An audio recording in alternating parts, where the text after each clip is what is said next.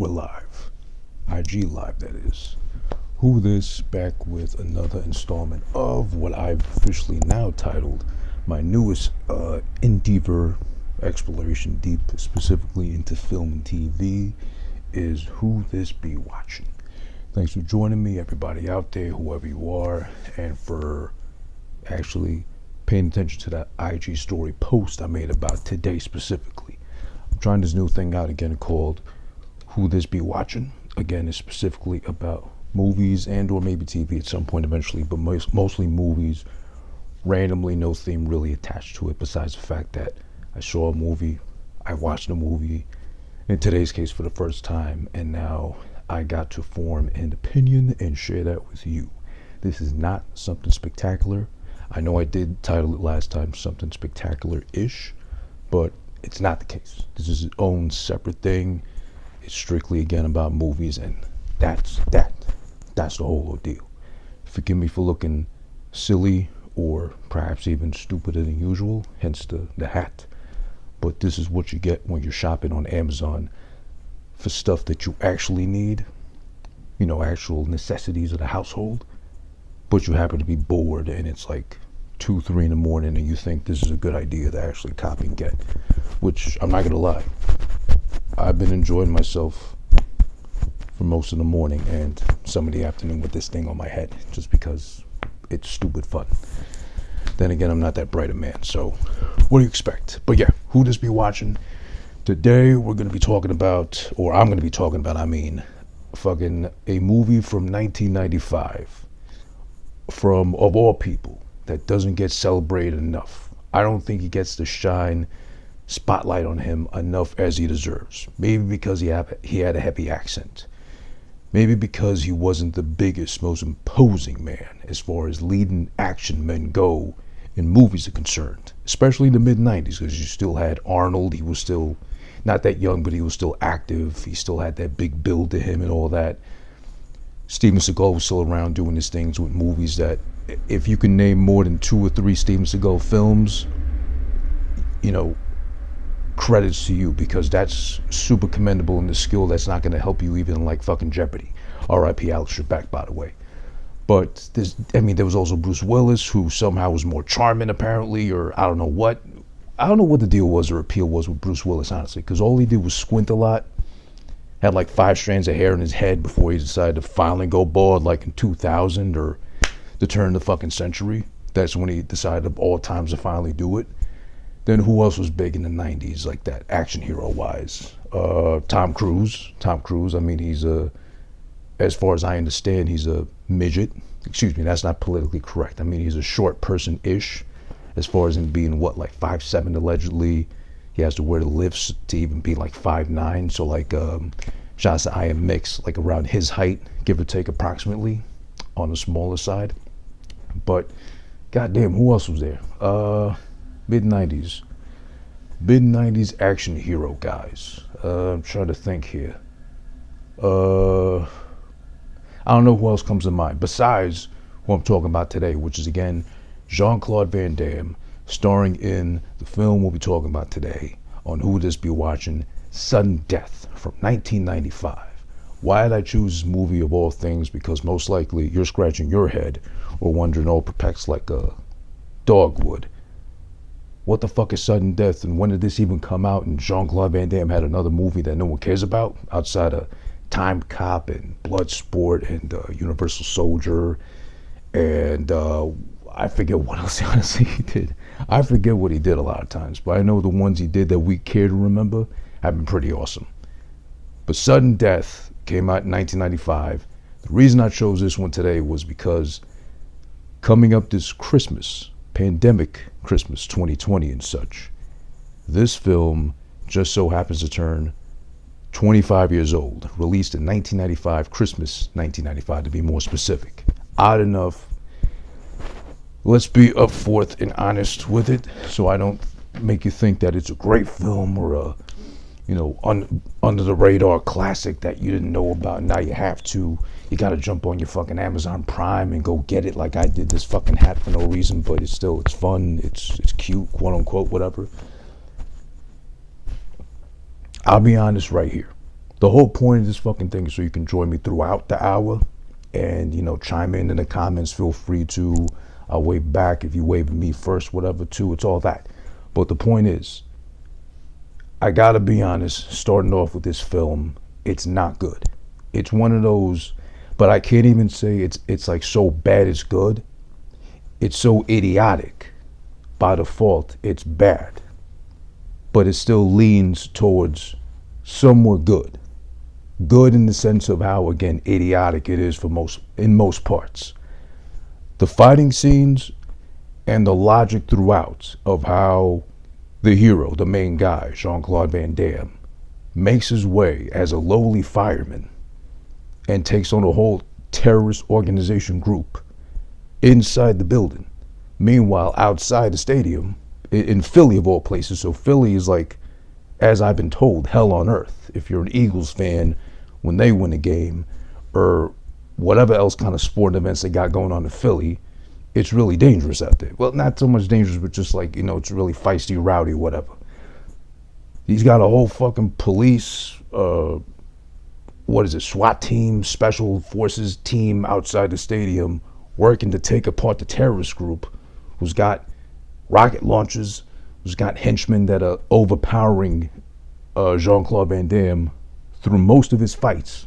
There's one fight there I couldn't make any sense of how idiotic it all came to be, because logistically, the fight between the first big fight in the movie, before we see any action going on. First off, if you want to go off timestamps, I did that for you. 37 minutes in, the first bit of action we actually get, the first bit of, this and that, and the fucking kicks that the camera can pick it up, from fucking Van Damme that we get, is 37 minutes in. Of all fucking things, he doesn't know who to suspect. Now, this is also kind of, logistically speaking, I could understand why you wouldn't immediately attack, per se, this fucking guy, or in this case, this fucking girl. And I'm not condoning violence against women, but hear me out, though. I'm painting a scenario right now. So, let me start off with the premise of the movie. So the premise of the movie is, he's a fireman, but for some reason, he's got a police uniform on the whole time, which leads you to think he's a police officer. But the very first 2-3 minutes of the fucking film, he's a fireman caught in a fire, of all things, saving a little girl from a burned house. Of course, it's Van Damme, so miraculously, he makes his way through and saves the fucking girl. He's a hero. He's divorced from his wife, comes to see the kids, but the outfit he has on would lead you to think he's a police officer, not a fireman. I don't know what firemen look outside of the fucking fireman suit, honestly. But I think mostly they wear now correct me if I'm wrong, anyone here that can, or feel free to chime in if you happen to know. But I think firemen outside of the fireman suit have like a white shirt and the black or dark blue pants, usually associated with a police officer. He's got a police color uniform on, though, like the light blue shirt on top and the dark blue pants on the bottom. But that's besides the point. He's a fireman. He's a fireman that has 2 kids from a divorced wife. He's trying to make amends with both of them. Well, the wife mostly, because she's a bitch for some reason throughout the movie. Hello, your fucking ex is Jean Claude Van Damme, so I think you'd be a little bit more grateful, or you would have stuck through whatever he was fucking putting you through, allegedly. But he's trying to make good with his kids. He's being a good father, despite the divorce. It seems like it was nasty.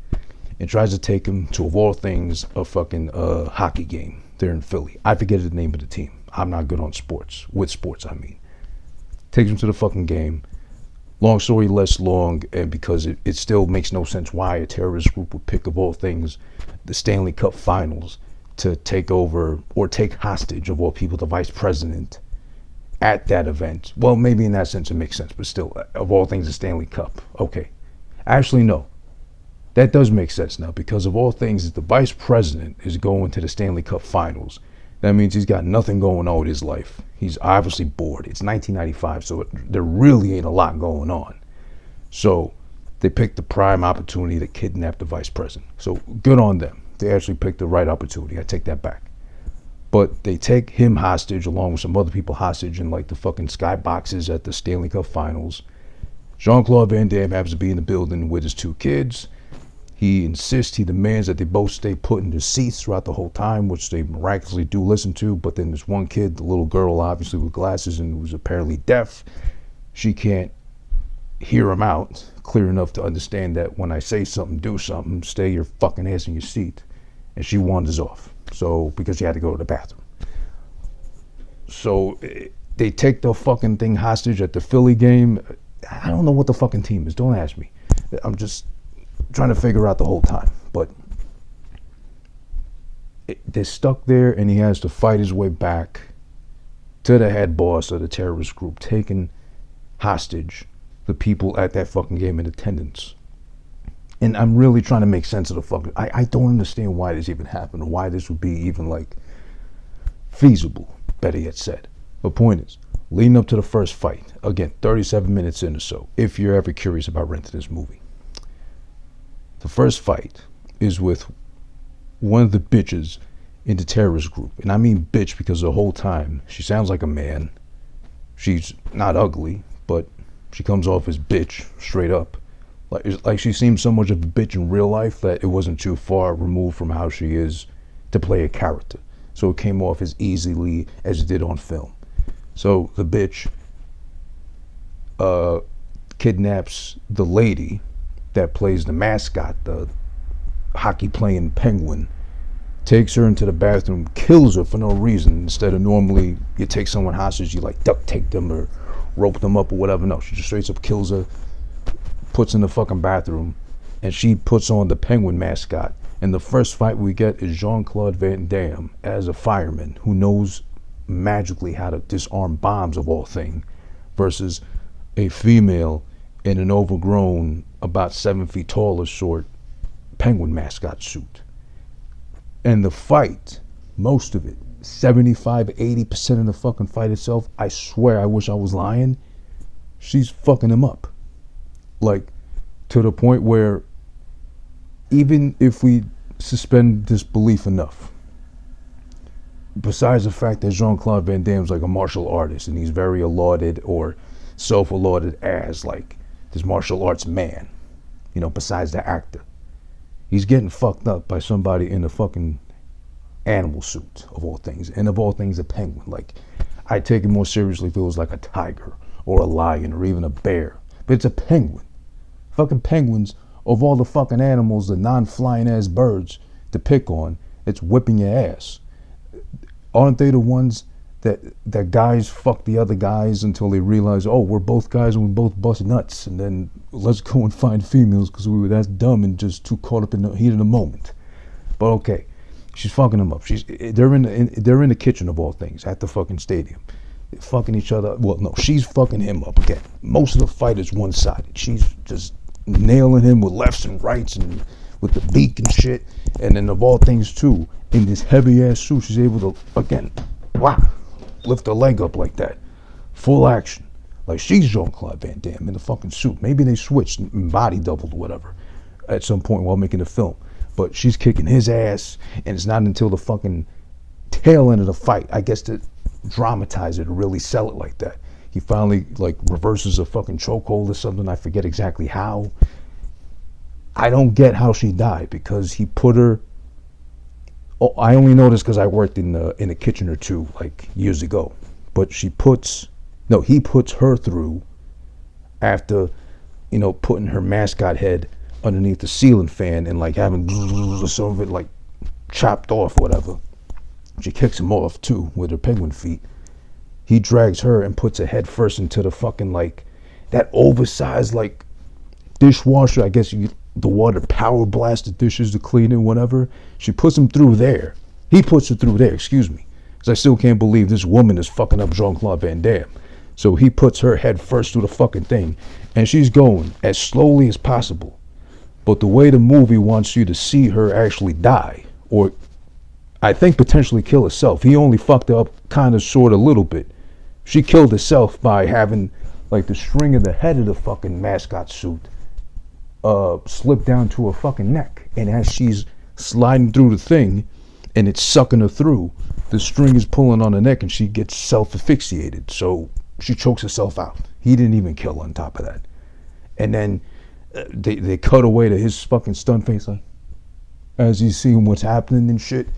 And then it's just the mascot feet. So obviously she didn't go through the fucking thing. She just like ran out. Or they put in the fucking an extra set of penguin mascot feet from another suit they had and just put it there to give you the illusion of that she went through the fucking thing. But all things that died through a dishwasher, that makes no sense to me. But okay, that's the first bit of action we get in this movie. It makes no sense. That's point number one, how idiotic this movie was.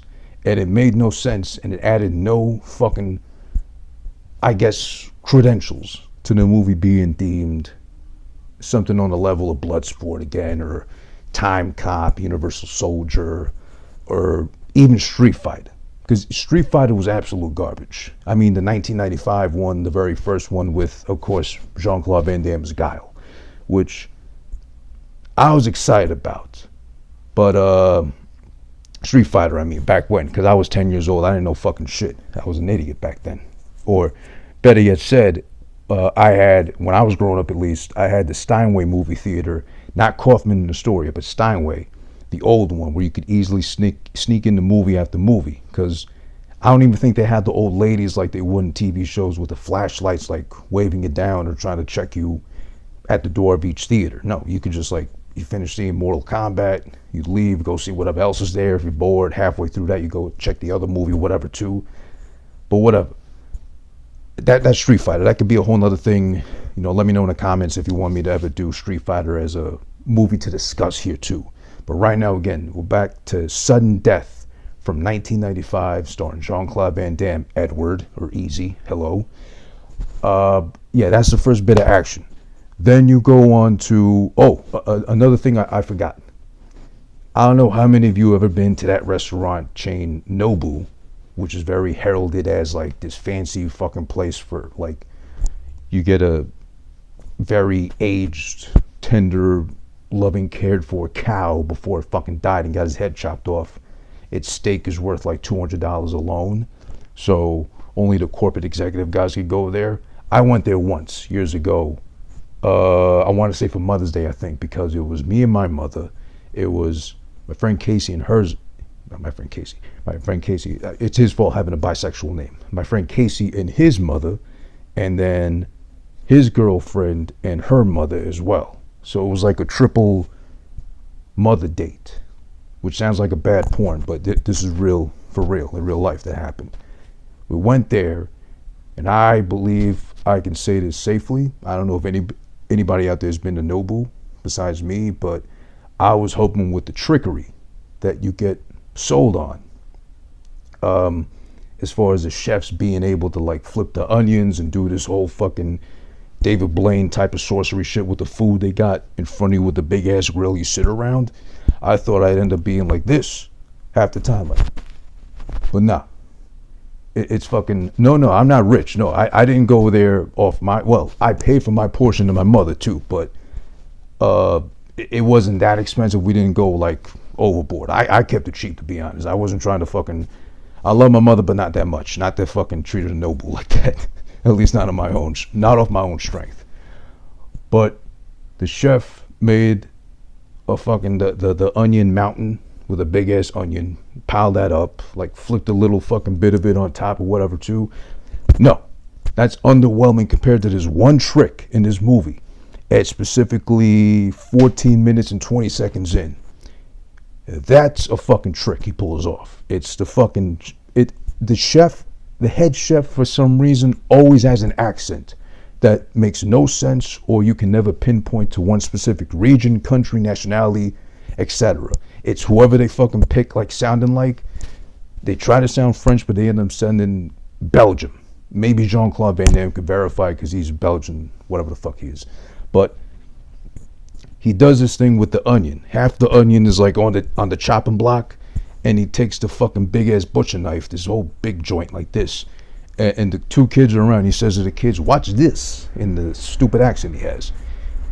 I think he legit did it. This wasn't no cutaway scene, nothing. I think he actually did it himself, the guy.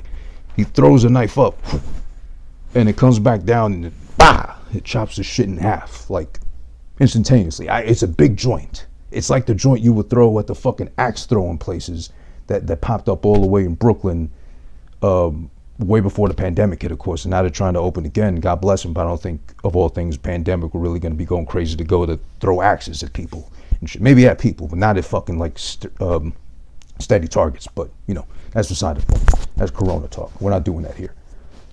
There's that. I mean, at Noble, you're sold out the fact that the food's expensive, the Wagyu beef, and all this other shit they got going on. But this one trick in that film blows that shit out the water. And on top of that, that guy had an attitude. The fucking chef we got at the table at one time. Nice guy, but he had like a little bit of attitude. But I think because I was the only one like underwhelmed or not impressed with his fucking trickery or his sorcery with the fucking onions and the squirting the cooking oil from like 3 feet away, which I could do if I had a big enough grill. I gotta cook every night, so at this point I'm kind of like fucking throwing oil on the fucking pan behind my back and shit if I really wanted to. But that's a nonsensical flex, like a lot of this movie is. A lot of the stuff here that goes on in the film is nonsensical. I don't get it, I don't understand, so maybe someone can explain to me if you just so happen to see the film too. But getting back to it, now, another point was, I'm big on national anthems, be it local events, be it on a larger scale, or let's say the epitome of, like, you get the honor of doing it at like the Super Bowl, like in normal times, of course. Who knows who the fuck's doing what at this Super Bowl coming up. I think it's the Weeknd actually doing the halftime show this year, 2021, so that should be good. That should be good. He's got hits. But let's say, what was it, Michael Jackson did the halftime show. Not the halftime show. Well, I think he did, but I think he also did the national anthem at one of them. And then, of course, there's the one that everybody remembers fondly, rest in peace, Whitney Houston. She did that one whenever that was, like in the early 90s. They also have one done here. Because, of course, the whole movie surrounded is, the premises around the Stanley Cup finals of, I guess, 1995, because that's when the movie was made. But the guy they bring out to do the fucking national anthem, to sing this shit, I was kind of baffled why they didn't say his name.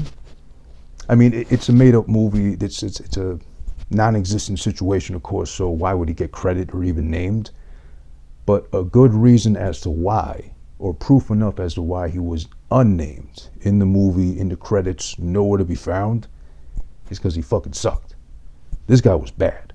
Like, auto-tune, if it existed in 1995 or anyone was using it, they should have been consulted, like the expert of auto-tune at that time, to help this guy out. Because even Jean Claude Van Damme, I'm sure he had some fucking heavy involvement in this movie, because at this point, 1995, he's kind of like a superstar, at least in the action movie world, per se. I think he has some pull and influence. This guy, though, again, unnamed singer of the national anthem at this pretend Stanley Cup finals game, is trash. Worse than Fergie at a football game. Yes, absolutely easy. I'm telling you right now, I doubt any of this movie's on YouTube, but if you could find it, maybe you'd search like national anthem, sudden death, 1995. This guy's bad. He goes unnamed, uncredited, everything. I absolutely see, and worse, I could hear why he was uncredited too. This guy was bad. I would have done a better job. And I'm saying, listen, I fully acknowledge I sound like how I sound. The last thing I should be doing is getting loud and or singing, because I sound like someone trapped a moose inside a glass chamber. So that's busting out on all sides because of the bellowing and how painful it sounds to me and to anybody who might be exposed to the sounds. I would have done a better job than that guy. Oh, say, can you see by the dawn's early light, or however that goes. It's been so long. I've been out of school too long. Don't ask me to do that ever again. But yeah, that guy sucked. So that made no sense too. Of all things, why even include it if it was that bad? And I think they knew it was that bad, but then I guess to kill time, movie story-wise, I guess, to keep it canon so that Jean Claude Van Damme could like sneak around the whole stadium and be like, okay, where are my kids? I need to save the whole stadium full of the people watching Stanley Cup finals from terrorist group who want to kidnap president, but they take a whole lot of more hostages besides Mr. Vice President. And why does the Vice President always go unnamed in all these flicks? Or he gets a generic last name. Like, can't they base that off the legit vice president at that time? Because then again, that's more maybe the Jeopardy realm. You know, rest in peace, Alex Trebek. But who was the vice president during 1995? Oh wait, Bill Clinton was in office, right? So that was Al Gore. Okay, never mind. So I knew that by some odd chance. But then don't ask me who the vice president was in like 1967. I'm not gonna know unless that was Kennedy. I don't know who the VP for Kennedy was, or was that Nixon? Well, then again, he was a big nosed liar, so who gives a shit about him? I wonder though. Side note, I love this side note. I'm notorious for this. You know, Easy, you might have seen this. It might have been. This is definitely one of those that's been on every Sunday on Cinemax for no good reason. Besides, like, they were just reaching to pull out a catalog what the fuck they could just throw on randomly at that time. It's like the premise of every movie you'd think of, but like maybe Van Damme thought this was a good idea for a movie. But again, side note, speaking of Nixon, does he get an RIP? Nah, he had like a pretty bad rep, so I guess not. But I always thought of this. Wouldn't girls prefer to have, if they're into having cunnilingus done on them, wouldn't they prefer to have the guys that have the big noses? Because Nixon had a big nose. I'm not saying he was a good looking guy, but he had a painfully big nose. It was out there. I don't know if it was like a pickle nose. I just know it was like a big joint. But whenever they make fun of him in cartoons or whatever, parody him, it's always like a big, like, girthy nose. Pause. Wouldn't they be the best ones to eat pussy? Because if you're eating out the lips or you're like flicking the clit with your tongue or whatever, the nose is like added assistance. And then Seinfeld taught me, 20-something years later, I figured out what they were referring to as the move is concerned with Seinfeld going counterclockwise and such. It was the thumb on the clit going counterclockwise apparently drives a girl crazy. I tried it out myself and it does work, boys. So get out there and try it yourself. I can't vouch for your woman, but if she's not into it and she just so happens to be into it afterwards, you can thank me, but then I'll say, oh, nope, you got to thank Jerry Seinfeld for that. But big noses with the tongue action, and then the thumb going at it too like that, like a joystick or Street Fighter. I wonder if that's like a triple threat of sorts. If that really helps out to make things like more pleasurable for the female. And what if he looks like Jean Claude Van Damme? He's got like a big schnoz. Does that help her too? I don't know. I'm not too sure about that. But okay. That's a side note, of course. I love doing those things, especially sexual side notes. It's nonsensical, but okay. Again, now moving on. Okay, he kills a lady in the penguin suit after a very long, strenuous battle for no reason besides the fact that he's a martial artist. Yes, he's doing a movie. He's playing a role. He's playing a fireman with an accent from middle of Europe for some reason, but he's in Philly of all places. The next immediate fight he has after killing the fucking penguin suit lady is with a guy with an even worse accent than he has, that he's really trying to pretend to have, this guy. He fucks him up in less than like a minute. Like just punch, kick, head against something, a counter, a table, edge, whatever. Gets information out of him, beats him to death, and then why this movie again is nonsensical. I don't know where he got the bone from. I want to say it was a turkey bone. It was big and thick and like very, very girthy like that, the fucking turkey bone. But he grabs it from somewhere. I don't know where the fucking turkey bone was. And he jams into the guy's fucking neck right here.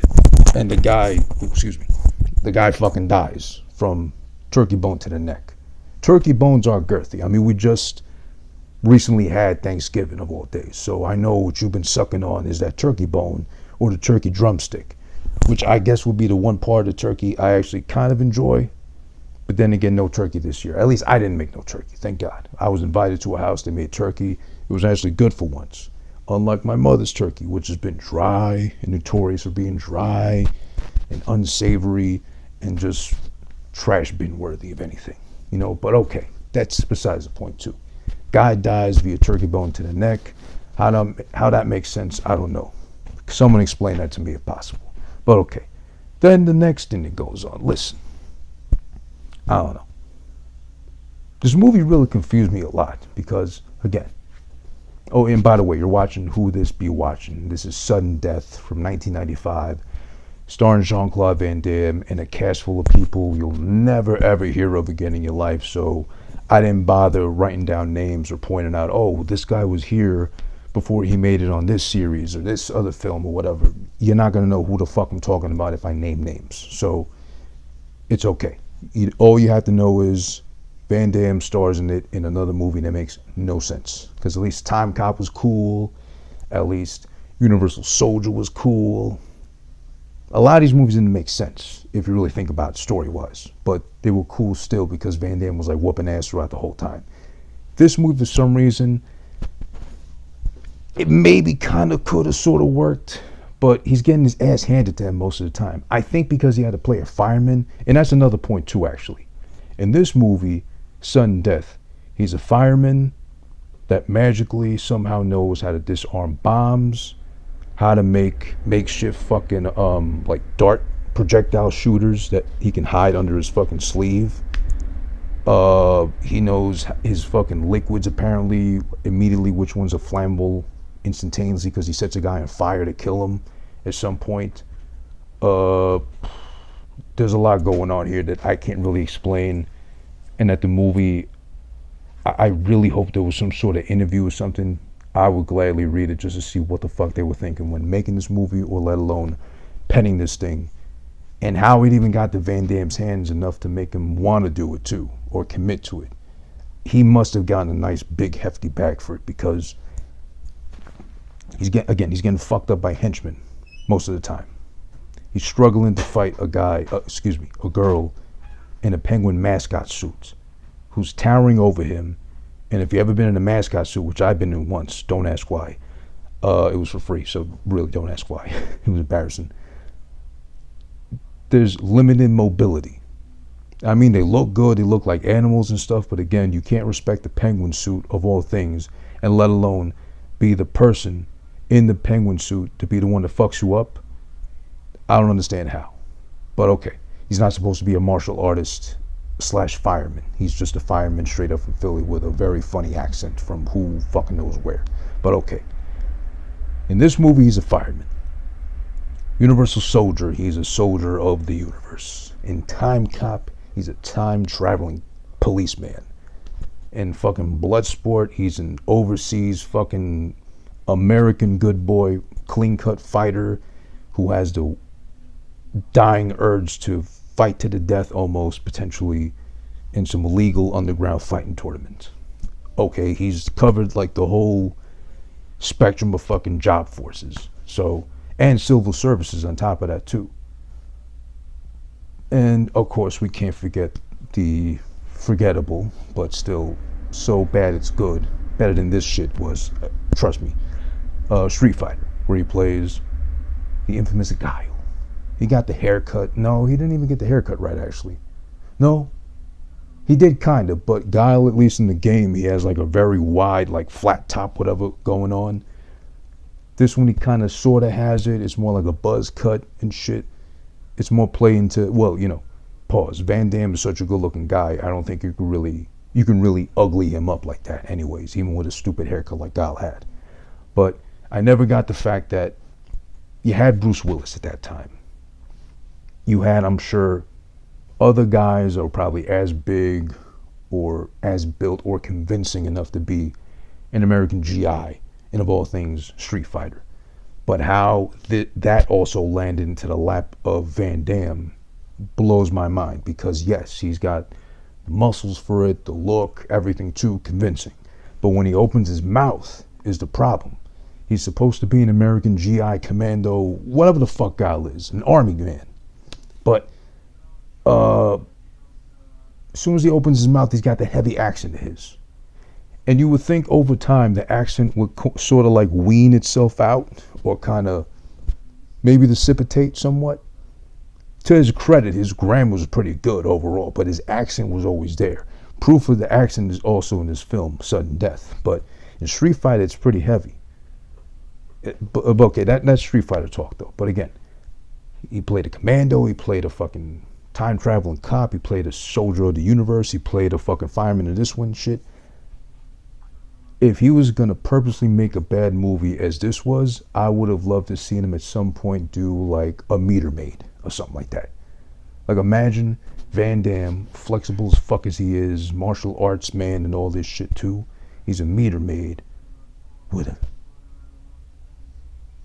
out for vengeance. I meant to say, yeah, out for vengeance. He's like tied all these fucking people, double parking too long, and tossing their tickets as soon as he puts it there, and then it had to be a whole stupid plot, as stupid as this movie Sudden Death was too. But he's out there, and he's just like had it at one point, like, I struggle every day to be a meter maid, and I do my civil duty of putting tickets under the windshield wipers and making sure the people pay the tickets, and they show up to the court, they plead their case, and maybe they get away. Maybe don't double park to begin with, but I am tired of it. And then he just goes on this fucking rampage, just kicking ass. You stay 1 minute past your fucking quarter at the meter and shit, and he's just fucking like chopping you, fucking side kicking. Imagine getting split kick up the head by fucking Van Damme as a meter maid. He's got the fucking quarter pouch on him. He's got the little stupid hat on him, and imagine he was one in New York and he had to drive around in the little fucking mini smart cars here too. Imagine that shit. He's tiny, the car's tiny, you think meter maid, fuck him too. Then all of a sudden, you grab your fucking ticket from off the windshield, you're gonna fucking fling it off of you, and all of a sudden you catch a fucking palm to the bottom of your nose, and your brain is stabbed all of a sudden. Shout out to Mobb Deep, stab your brain with your nose bone and all that, how it goes. But that'd be fun. I would think, at least if you're gonna purposely make something bad, at least don't insult the firemen, which they have, I would say, poor representation in film overall. There hasn't really been awesome or really cool firemen. Why not give them some credit and give that instead to the meter maid? But then the meter maid taking out a whole terrorist group, saving the vice president, saving his daughter who's deaf and has glasses and has a rebellious side to her because she can't stay put in the fucking seat like your dad told her to, of all things. I think if you're a deaf child, you'd be a little bit more considerate of your parents, because they got to do more to look out for you. And they got to buy you the fucking, whatever you call those things that deaf kids wear. No offense to them, I'm saying, but like the things they wear, the hearing aids, there we go.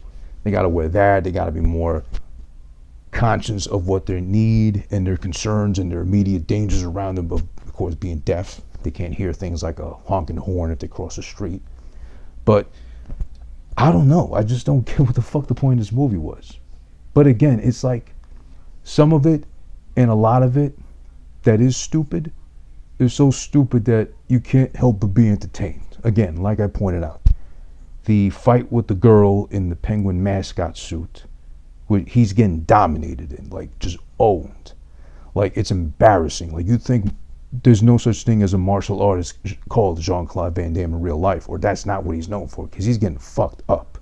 I don't know how that was written to the script, or they might have had to pay him extra to make that convincing somehow, but she's like lifting a full fucking penguin suit leg up in the air, hitting him with fucking back and windmill kicks and shit.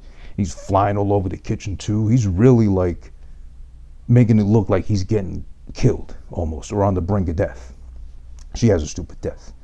Henchmen are fucking him up with ease, like taking him down, knocking him out. There's like a really fat Puerto Rican towards the end that just kind of bear hugs him and like keeps throwing him around and like punches him in the gut and all that shit. And like he's having trouble with him too. He's a fat Puerto Rican with a big thick chain on and all this chest hair on him, looking like taco meat. And he's got this nice bronze in the middle of Philly in the winter too. So where the fuck did he come from? Fresh off vacation from, that all of a sudden become a henchman again during his regular 9 to 5 and take the hockey stadium in Philly hostage of all places, with Jean Claude Van Damme as the fireman. Why don't he have a tan? He's fucking pale in this movie, if anything. But somehow, because he got exposed to the fire and the bombs and all that shit going off too, maybe he got the tan off of that. Because at the end of the film, like all action movie stars tend to have for some reason, they end up in a white t-shirt that's like just black almost from the fucking smog and the grease and everything they've gone through to make it to the fucking end almost. I don't understand why they always got to do that. Or I can never keep a white shirt clean, a white t-shirt clean, excuse me. So I don't bother wearing them. So why do they always have to do it too? I don't know. Maybe it's just the fabric or the feel of shit. I would be concerned if I was an action hero. The last thing I want to be caught in when a building's falling on top of me or I'm fucking jumping out of the way of a fucking fire or whatever. I don't want to be caught in material or fabric that's like uncomfortable. I don't want to be caught in lycra or spandex or whatever because I hate to sweat. So I'd be, I think, more bothered or more like, with like a smug look on my face if I knew I was sweating excessively or too much. It's like if I wore 2 workout t-shirts to the gym instead of just 1. It's like excess sweat, and I don't really need that. I feel uncomfortable. So with a white tee, I understand it's breathable material. You feel more loosey-goosey, whatever, perhaps. Maybe that's the logic behind it. But I don't know if you ever noticed that besides me. But Bruce Willis had that, and Arnold had that, and The Rock had that too. The Rock, his skin tone just so happens to match the white tee, the dirty white tee, excuse me, at the end of every film. So I don't know why he bothers. It's like camouflage of anything too. There's another point in the movie that, again, doesn't make sense. So he makes his way, towards the end of the film, he makes his way up the side of the fucking stadium, Coliseum, whatever the fuck it is, Van Damme. He sees a guy, one guy, on the top of the roof with a gun, his back turned to him, so he can easily climb up, get up there, sweep the legs. The gun goes in the air as every movie does. When you get swept by the legs, you just throw your gun. And then all of a sudden it's like, well, you know what? I don't know. Then he doesn't take his chance initially to do so. Oh shit, it sounds low. I don't know, is that better?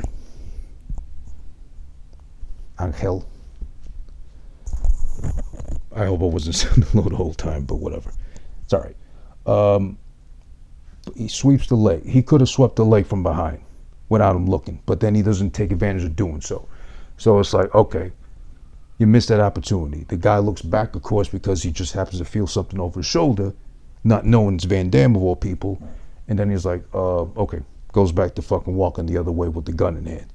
Then he climbs up to the side. Then he climbs up, and then he runs after the guy and just kicks the gun out of his hand. Of course, martial arts kick out of his hand. Why waste the time doing that?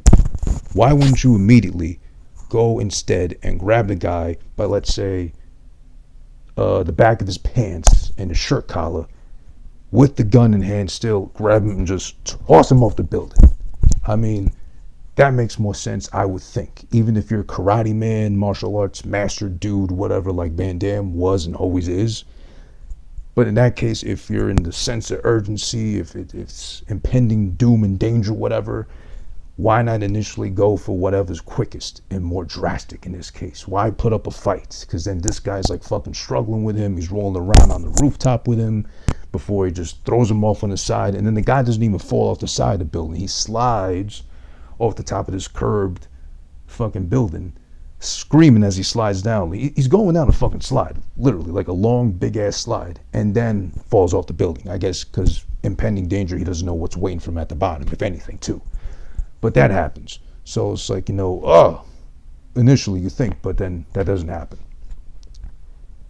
Then there's the whole ending of the fucking thing. I don't understand how the bad guy even dies at the end. The bad guy, by the way, is... This movie was way too long, to be honest. It was about a minute. It's like an hour and 30, 40-ish, I'd say. But even that's too long, because at the 20-minute mark, you're like, okay, I know what's going to fucking happen. Of course, Van Damme's going to save the day, but do I really need to go through the additional 40 minutes of fucking how long this movie is to even find out, or like be, hoping I'd be a little shocked, but then mostly just cover my eyes, because I could see the shit coming from a mile away. Because, of course, the hero, the lead of the film, has one child, a boy who's a brat, who doesn't listen to him. He's a good father to him. He gets him tickets to a hockey game because he knows he's a hockey fan, so that kid's a loser, of course. Likes hockey of all things. Gets him Stanley Cup final tickets. He's a good fucking father in my book, even if he's divorced from the bitch wife who's a cunt for no reason towards him. And then he's got a fucking daughter who's got thick ass glasses, short as fuck, adorable otherwise, but she's got these thick ass glasses on her, and she's deaf of all things. So he has to learn. He takes the time to be a good father, mind you, and learns to sign language to her, like I love you, whatever the fuck, and all that things they do. Of course he can't lose. Of course he can't die. Of course nothing can happen to the child, because I'm sure it's not like today with the cuck cancel culture. If a kid gets even looked at nasty, you scarred that child for life. You've done emotional damage way beyond any kind of repairs to that child. Whatever, and protests and all that. But that kind of guy can't lose ever. So of course we know he's gonna win. He's gonna miraculously take down this whole group of fucking terrorists on his own by any means necessary. Mind you, again, he's a fireman of all people, not a bomb squad guy, not a police officer, detective, lieutenant, sergeant, whatever. He's a fireman that happens to know how to disarm bombs. He might have taken a course on that during whatever free time, downtime he had as a fireman of all things, with an accent from who knows where in Europe. But okay, that's Van Damme in every fucking movie, it seems like. Quippy line here, corny fucking punchline there, and then a windmill kick to fucking seal things, or seal the deal, whatever. But okay, towards the end, he makes his way to the roof. I'll admit, from the roof, how he works his way down to the skybox where the bad guy and the hostages are is pretty cool, because he puts together some sort of liquids, some sort of chemicals that like blows a hole through the roof of the skybox. He falls his way through from the roof, the fucking hole in the fucking sky dome, I guess you could call it, all the way in through. He makes it in. Honestly, I blinked and I missed it, and I wasn't going to replay it again because it probably made no sense anyway. He doesn't kill the guy. The guy gets away. The main bad guy gets away. Everyone else dies, of course, because Van Damme's invincible at this point, because he's a fireman. He knows how to disarm everything and do everything possible on his own. He fucking does all this shit. It's incredible how he does it. So the guy makes it to the fucking helicopter at the very end. CGI in full effect. The fucking plane, the helicopter, goes perfectly like vertically down like this through the fucking hole in the roof to explode, not even on the fucking ice of the rink. It explodes like halfway through the rafters, where her child is, by the way. Her child. He left the fucking deaf kid to wait there and didn't even say, hey, wait for me right here. I will be right back because I'm Jean Claude Van Damme and I am invincible. Leaves it there. And the helicopter, the fucking, the blades get caught in the rafters of the thing there too, of all places as well. So it's mind-boggling how, or if any logic was involved in the making of this movie. I think there was close to none. But that's the ending. They make eye contact on the way down as the bad guy's falling in the helicopter, knowing his impending death is coming. There's no way out of it too. He screams before he gets blown to bits because the helicopter implodes as it's crashing down, obviously. Van Damme's a hero. Oh, and then on top of that, of all things, of course, the EMTs and all the fucking paramedics are gathered around. They're fucking concerned about the hostages and shit. These fucking terrorists from buildings away on the rooftop with fucking missile launchers that have this precise ass fucking aim, blowing out fucking signs from at least half a mile away with a rocket launcher, which if you played Call of Duty, which if you fucking been in the army or seen war movies, they're never that precise. Don't they fucking spiral and then eventually hit the fucking target? And in 1995, I don't think they had fucking lock-on missiles at that point too, or rocket launchers, grenade launchers, whatever. But that's going on throughout the whole thing too.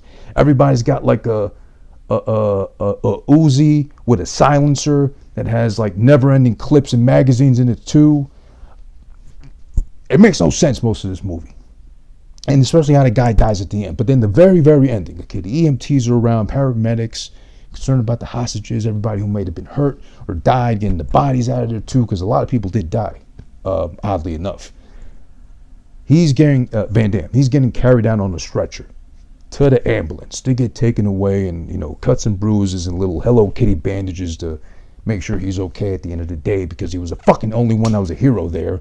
The fireman who knows how to disarm bombs on his own, magically. They put his fucking deaf daughter on his fucking stretcher at his lap. He can't say nothing because, of all things, at that time, precisely, he's run out of words to say. He's a fucking mute. The daughter has to chime in, my daddy's a fireman. That's the end of the movie. Fucking credits go.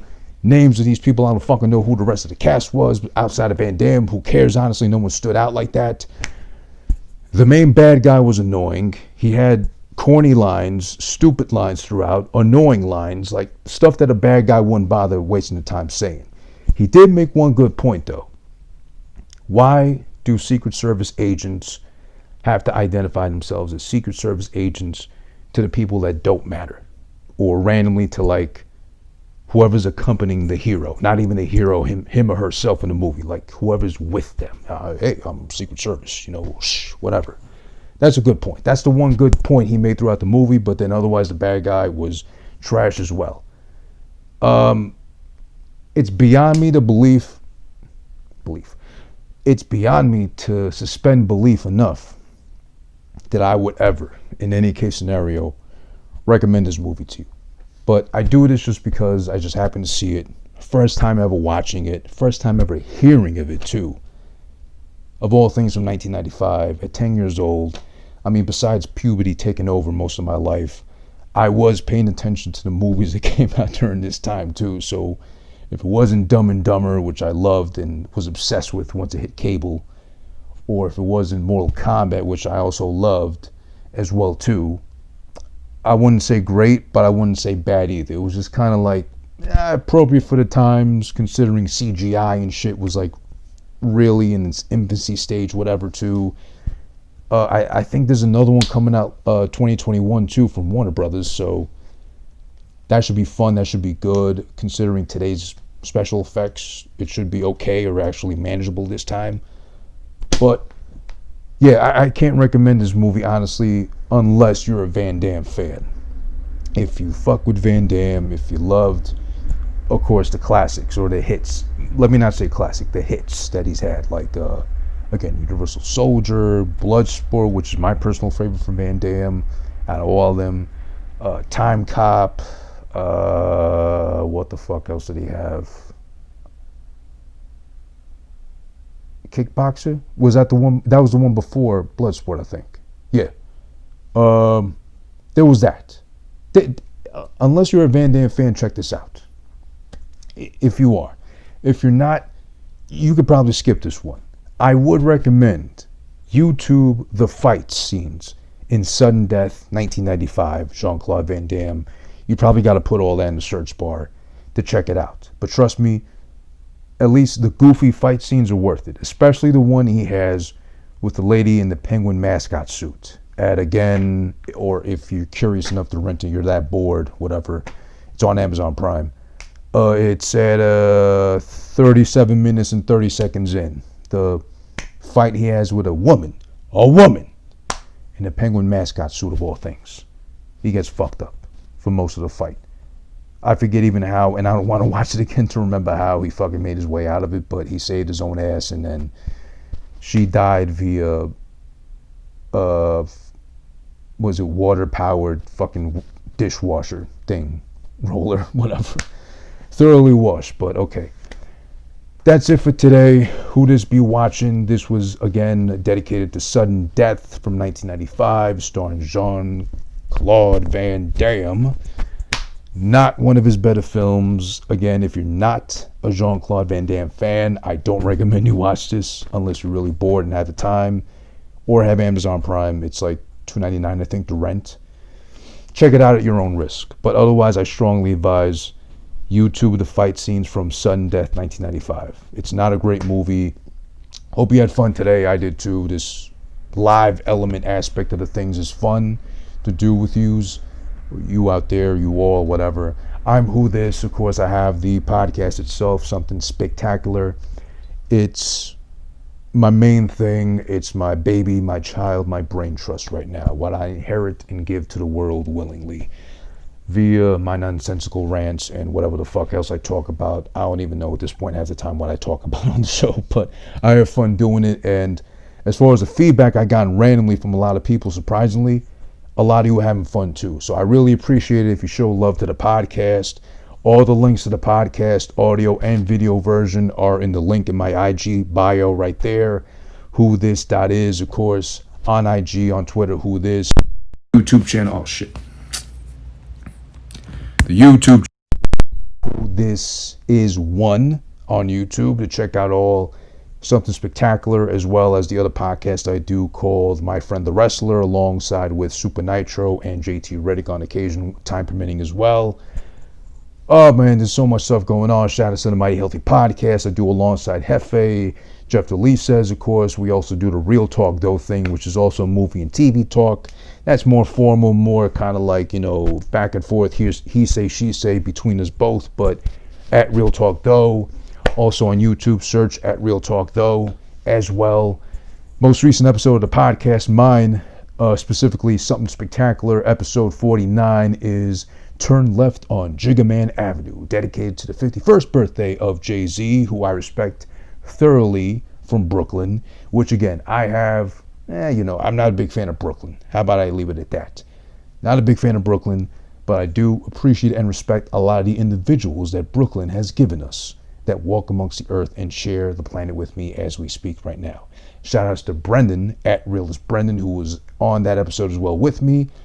Another one coming up soon. I'm not exactly sure when it's coming, but soon enough though. It'll be dropping on you soon. But yeah, for now at least, check out Turn Left on Jigga Man Ave, episode 49, Something Spectacular. Of course, link in the bio. Everywhere you get your podcast, SoundCloud, Stitcher, Spotify, iTunes, wherever else you get your audio format of your podcast. And then, of course, the video version, which will take a lot of time into making and producing and editing myself, is again on YouTube. Search for Who This Is One or / from youtube.com, Who This Is One. Who This, I'm out. I'll be back some other time soon with another film related to Christmas. Let me see what I can do for the next one or which one I end up picking. But thanks for spending your time with me today here on Saturdays. We'll keep it Saturdays 3:30, if anything, too. Maybe I'll change the day and times, depending on when more people can join in on, or just look out for my stories. I'll let you know when I do the next one. Who This be watching? More to come soon enough. Later.